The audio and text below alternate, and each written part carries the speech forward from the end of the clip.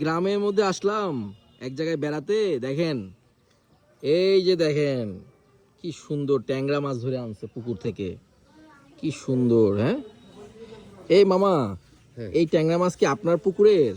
এগুলো আসলে বিলের, মানে বিলের বিলের ট্যাংরা মাছ। ট্যাংরা মাছ এগুলো। আপনার এখানে এসে তো অনেক ভালো লাগতেছে, অনেক সুন্দর করে। আসলে গ্রামের জিনিস তো, প্রাকৃতিক জিনিস। এটা কি করা হবে? এটা পেঁয়াজ দিয়ে আছে না, টমেটো বেগুন দিয়ে, কাঁচা মরিচ আর ধনেপাতা দিয়ে লোসাই লোসা করে ভুনা করা হবে।